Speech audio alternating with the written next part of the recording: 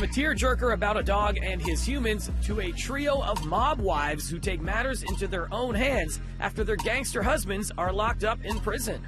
Bunch of men that have forgotten what family means. So we remind them. The Kitchen is a female-led adaptation of a little-known DC comic, led by three big names: Melissa McCarthy, Tiffany Haddish, and Elizabeth Moss. You look pretty, Mama. Pretty doesn't matter, it's just a tool women use. What? Anything we want. There's nothing cute about this movie, you know? No, Right. there's no Except wink. our purses. Except the purses. No, there's no wink to camera. I think this is, all three have no other way out. It's a dire situation. And I think, when they have to push back, you have to use everything you can. And I think that's really interesting to watch because it's plausible. My God, I lost count again.